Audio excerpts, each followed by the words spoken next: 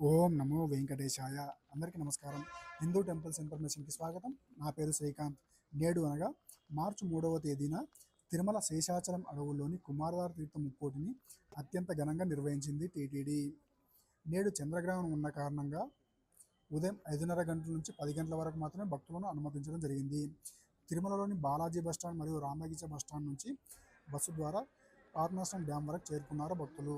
పాపనాశనం dam పైన ఎవరైతే కుమారధార తీర్థ ముక్కోటికి వెళ్తున్నారో భక్తుల కోసం పులిహోర ప్యాకెట్లు అందజేయడం జరిగింది. అదేవిధంగా మార్నింగ్ బ్రేక్ఫాస్ట్ కోసం ఉప్మా మరియు పాలు అందజేయడం జరిగింది భక్తుల కోసం. అదేవిధంగా దారి పొడవునా నీటి సౌకర్యం మరియు వైద్య సదుపాయం కూడా ఏర్పాటు చేయడం జరిగింది భక్తుల కోసం. ఈ పాప వినాశనం డ్యాం నుంచి కుమారధార తీర్థ ముక్కోటికి దట్టమైన అడవిలో 3 కిలోమీటర్లు నడవాల్సి ఉంటుంది. ఈ దారి అనేది చాలా ఇరుకుగా ఉంటుంది మరియు రాళ్ళు